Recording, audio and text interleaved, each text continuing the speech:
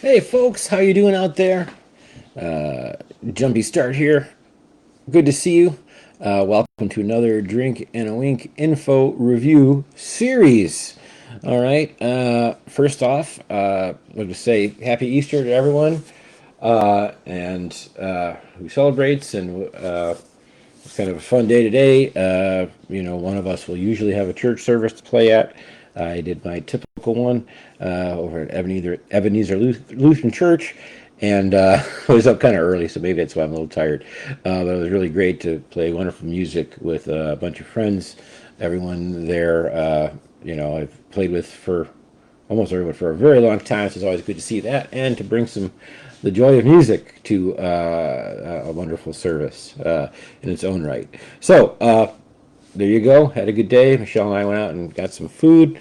Had dinner. Nice quiet Easter afternoon. We've been really hitting it. I had a gig last night teaching blah blah blah. It's been a bit of a weekend, and I got gigs coming up into the week. So in between, if I'm a little tired right now, it's because I've been working very hard, so I can buy some whiskey. So today, what we're going to do is we are going to start my new series, which is called "We Are Ryes-n. We Are Ryes-n Indeed." All right. Sorry if that's sacrilegious to anyone, but we're going to talk about Ryes. We did start talking about Ryes a little bit in October, but I think I was just, a combination of being busy and then just, still kind of a heaviness from the month of bourbon drinking. I'm still talking about that. It left its mark. And like I said, I haven't been drinking a whole lot of bourbon recently. But I got kind of interested in the rye bug again. I bought a couple of different ryes that really interested me. I'm going to partially credit Tom Lang, if you're watching or you watch this later, for mentioning that Bardstown rye, which we bought and we'll talk about later on in this series, to kind of like, I'm going to go back to my ryes. I always have ryes, but it's never been the forefront of my drinking adventure. So we're going to talk about all various sorts of rye whiskey. I'm going to try to stick to the smaller craft distillers because one, I think right now I'm just a little more comfortable with American whiskey, and some of those I'd rather talk about smaller distilleries. But I'm still going to talk about the big one. Matter of fact, today I'm talking about one of the biggest, kind of a rarer or a not so often focused brand from one of the bigger distilleries and spirits conglomerates in the country. But secondly, I just think that the more of the craft mindset really sets rye into its own, and I'll explain that in a second. What we're going to talk about today is actually a Overholdt's straight rye whiskey that is known as the Monongahela mash. Okay, and I'll talk about it in a second. If you've heard of just rather old Overholdt, this might not be familiar to you, but you definitely know the name. Let's talk about a little bit about rye. Oh, I want to talk about one other thing. So when I do these live drinking a week, so I'm going to kind of keep these mostly on Facebook, and I usually will transfer them right over to YouTube. However, because Facebook is, there's a couple different reasons. The main one is Facebook is no longer going to be storing these live videos for long periods of time. And they've already put this warning out that you need to download all your live videos. I can't tell if that's for like personal accounts or if it's groups. They don't have a lot of information there. So if anybody knows that, please tell me. But needless to say, I'm looking for a little more reliable source. If I put the work in, if I'm doing some live video here, I don't really care. And if I really like it, I just transfer it over to YouTube. But when I'm doing some little more research or some more production or a little bit more, I just want to put a little bit more of a nice frame around it. Facebook Live isn't the best for that right now. I don't think it's actually, it's not no knock on them. It's not designed for that. But yeah, some of these new things where they're going to be taking down videos, and yeah, YouTube's going to be better suited for those things that, just are a little more in depth. It's not going to be what's today. So I'm not going to give you a big rye introduction, our first YouTube video, which I will also, of course, post here. We are Ryes-n video. We'll really go a little more in depth so you really understand what rye is about. But the short form is we kind of understand what rye is. Okay, it's a mash bill. It's going to be at least 51% rye. Okay, this is a product that didn't, or a spirit that did not develop in Kentucky or Tennessee, developed in Pennsylvania and Maryland before it moved to Kentucky and Tennessee, mostly Kentucky. And you can now make rye anywhere in the country. You could, probably a bunch of Scottish and Irish settlers came to this country and also were producing, distilling rye. As a matter of fact, I know that for a fact, especially again in Pennsylvania and Maryland. I'll get that all together. But that's the kind of the start of that. And it's when they were doing it back then, it was a lot of, especially over was coming from Europe, Scotland and Ireland. They weren't using a lot of corn in that mash bill because that wasn't, rye was the big grain there. Barley is a big grain there. So a lot of those early mash bills of rye were very heavy rye content and barley, whether it was malted or not. Okay, I said I was going to get that in depth, and I'm already really going here. I'm going to pour a little bit of this too. Then as it moved along into the history, then the rye whiskey started moving into places like Kentucky and, bourbon country. And that's where it kind of started changing to where we started adding more of a corn influenced and then corn very heavy mash bill in our ryes. So this is how I like to break it down. We have a lot of companies these days are putting out ryes, and whether they are actually distilling it or using MGP source product, that has a lot of corn in the mash bill. Okay, then there are some that just don't add no corn to the mash bill, and to me that's really the vibe for rye. If you want to buy a rye and you're buying one that is only 51%, the legal limit to call it rye, maybe you don't want to be drinking rye. That might be great in a cocktail that is either like a rye and or bourbon. Perfect, whatever. Okay, I just don't get those really zingy rye flavors from one of these just barely rye ryes. I and Michelle definitely really like this the higher rye content. Okay, so that's just our little kind of differentiation. And it is no mistake that some of the biggest bourbon producers in the country, when they put their rye out, they're just putting it out with 51, 50, maybe 60% rye and a lot of corn. All right.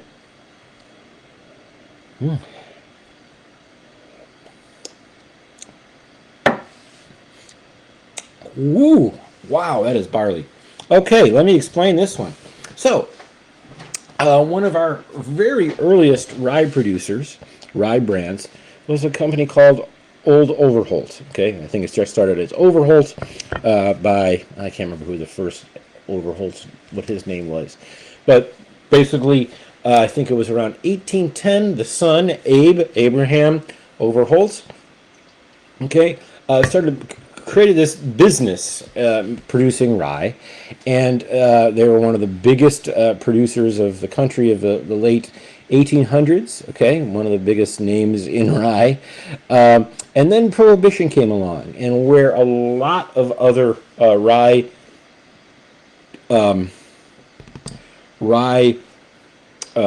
distilleries and makers had to close the doors, and some of them never to come back. Do some politics and who kind of friends of the owners and all that, blah blah blah.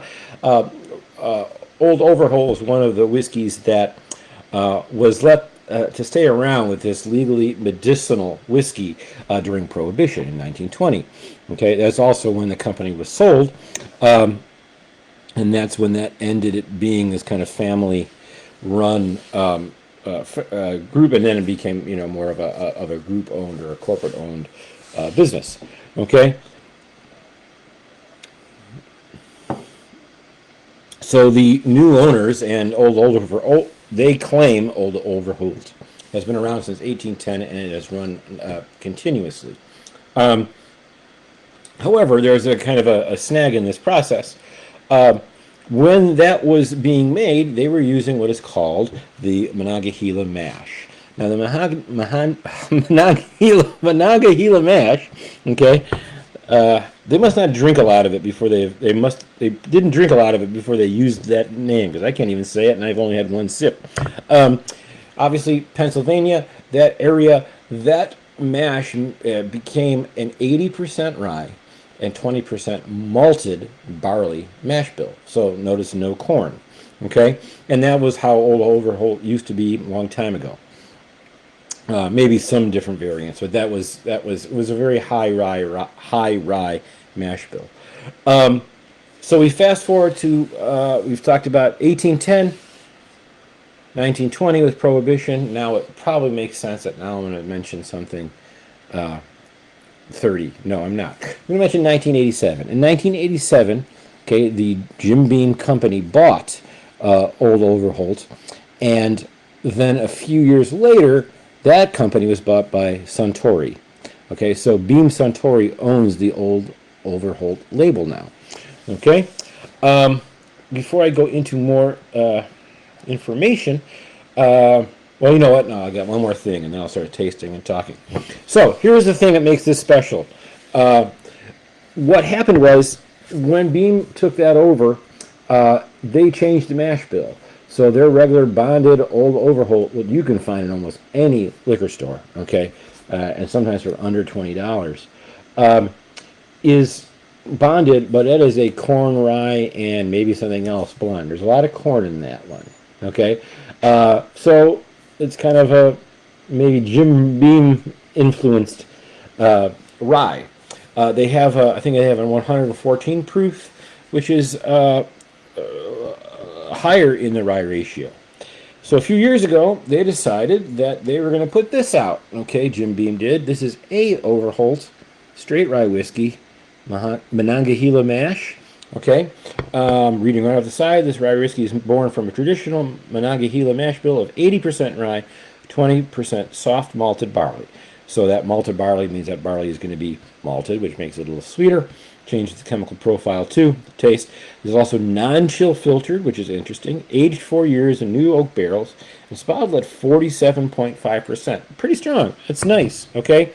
So this is basically the Old Overholt, okay, or the A Overholt. For the Overholt fans that were like, hey, Jim Beam, you're calling this Old Overholt, but it doesn't really taste like that because it has so much corn in the mash bill. All right, so that's what makes this bottling special. And that's why I bought it. We've had Old Overholt. We've used it in, cocktails, and I rarely drink it neat. Sometimes with a cube.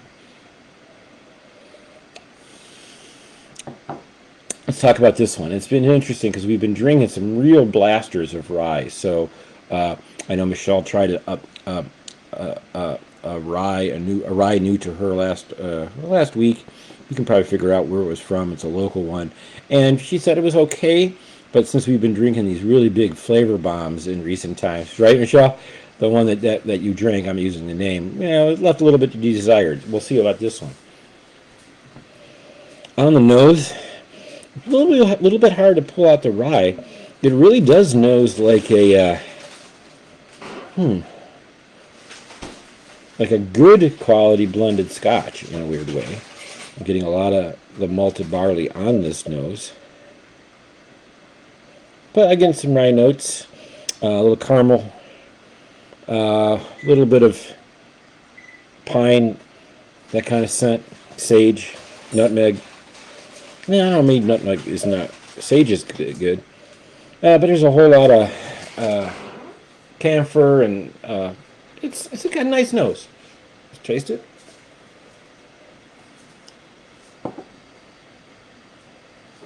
Mm-hmm.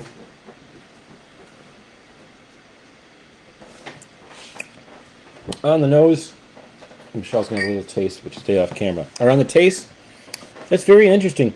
It has a darker flavor than what we've been drinking, but it's a you haven't even had a drink yet. You're almost it's got a very interesting flavor. What's really knocking me out here is this is a mash bill of 80% rye, 20% malted barley. No real influence with any special casking because it's just brand new charred oak. This has a very, yeah, just to say it, the barley is really popping through on this one.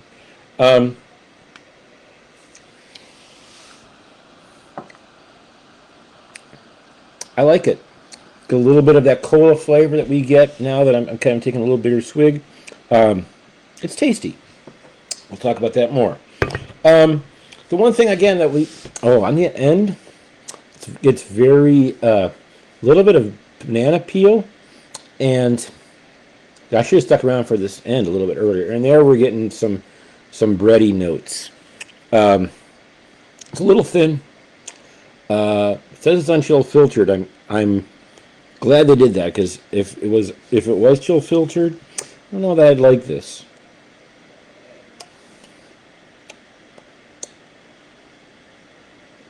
Let me wrap this one up, and I'll kind of close up our first episode of We Are Ryes-n. This one is a good example of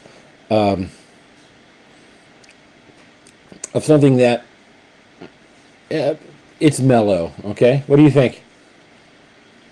Mellow, I agree with that. Okay, I will say this about a Overholdt. Okay, this is a nice attempt, and it's nice that Jim Beam is trying to give rye people a taste of rye. This is a rye, right? It doesn't taste like a weak bourbon or I'm not getting any of that kind of pepper.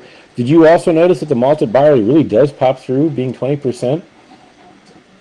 Yeah, I mean to me, I'm getting the kind of like the vanillas that, not oak vanillas, but yeah, it just has like a nice, it has a barley flavor.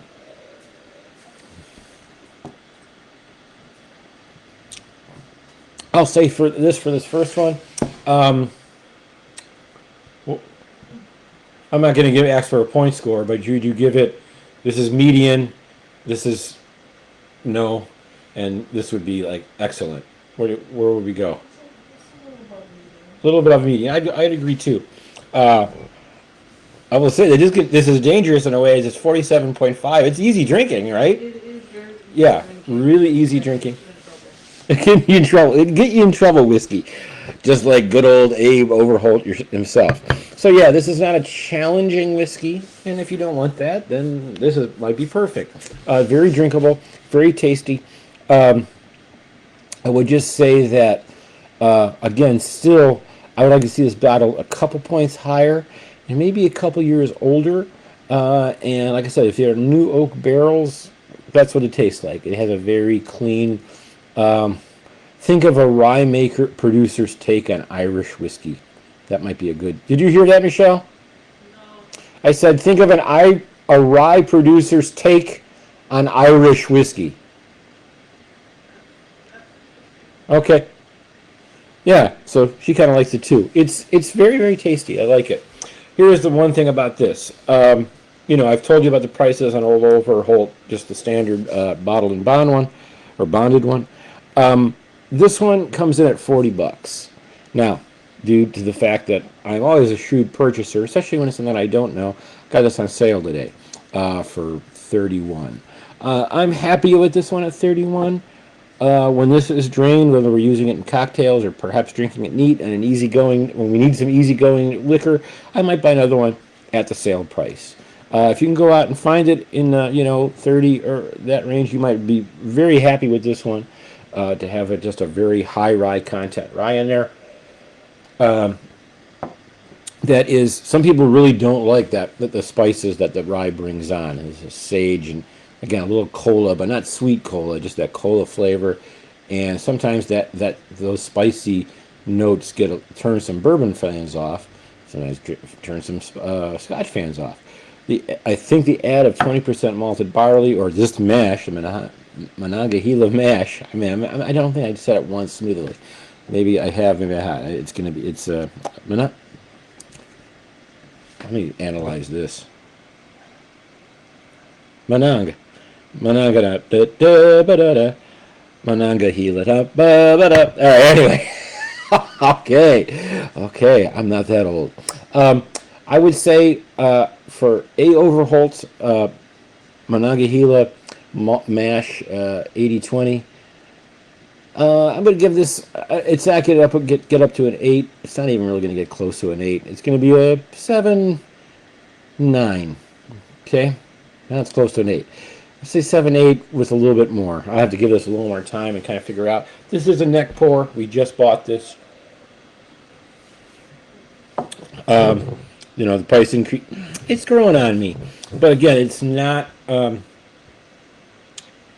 It's not destination whiskey. It's not complex whiskey.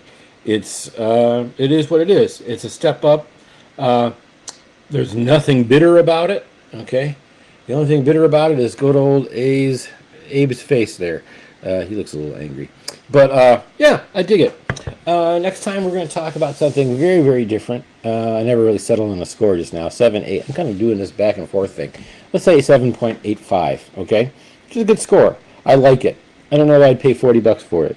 All right, but good on Jim Beam, I guess, if we have to give some compliments out, that they were, kind of willing to do this and do that. Yeah, it's kind of funny. Everything that Jim Beam has, that has purchased over the years, that has old in it, they seem to not really do much with. Old Overholdt, old Granddad, old.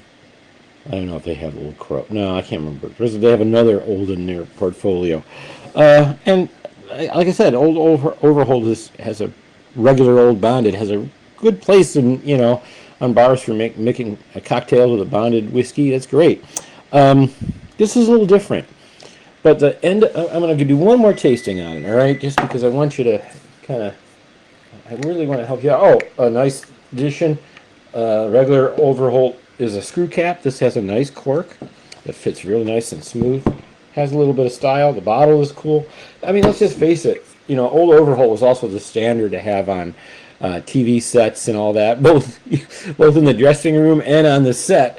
And this bottle looks like something you could just pull down off of an old shelf, in a Western, right? It's cool. I like that. There's nothing, some people get bugged with that. There's a little bit of style to that. You know what I mean? I wouldn't want a bottle of scotch that looked like this, because this looks a little bit like this looks old school Americana. Interesting label, interesting icons there, or fonts. Yeah, I dig it. All right. One last tasting note.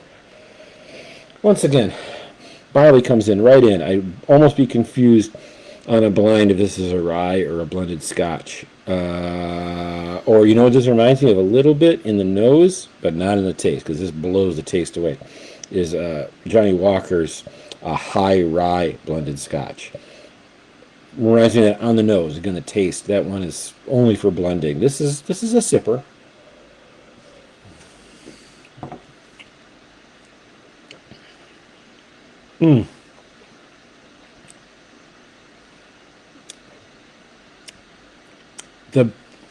The arrival leaves little left to be desired. This one really gets you on the mid palate towards the swallow, towards the finish. Then you get a lot of nice rye notes, but the barley sugars come in and just mellow it out. I'm not going to use the word smooth, because it's not. It's bottled at 47.5, and there's a little bit of kick to it and a little bit of spiciness. Very tasty. This is growing on me, and this bottle's mine. It's pretty easy to find in most liquor stores. Do note that sometimes, because of the price difference, Old Overholdt is almost always on the bottom shelf at most liquor stores. This might be up a shelf and not right next to the regular Old Overholdt or Old Overholdt 114. So keep that in mind. All right, I'm going to get out of here. Thanks for watching. That was a lot longer than I thought. We're probably going to talk about, I didn't really do a video yet on Old Potrero. This is out of San Francisco, and was recommended on a whiskey podcast that I listened to, and I happened to find a 7 or almost an 8-year-old port cask finish in the end of bin. I know I posted a picture of it and talked about it a little bit, but that's probably the one we're going to talk to next.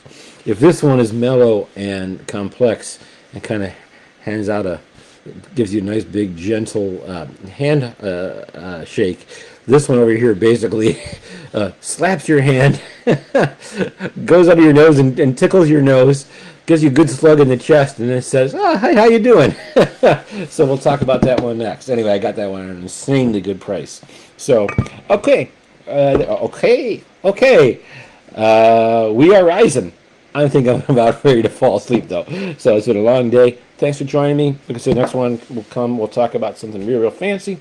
Might do that one soon, and look forward to.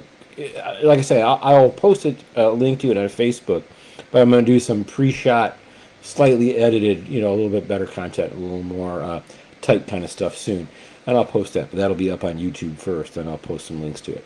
All right, folks, we are rising. We are rising indeed.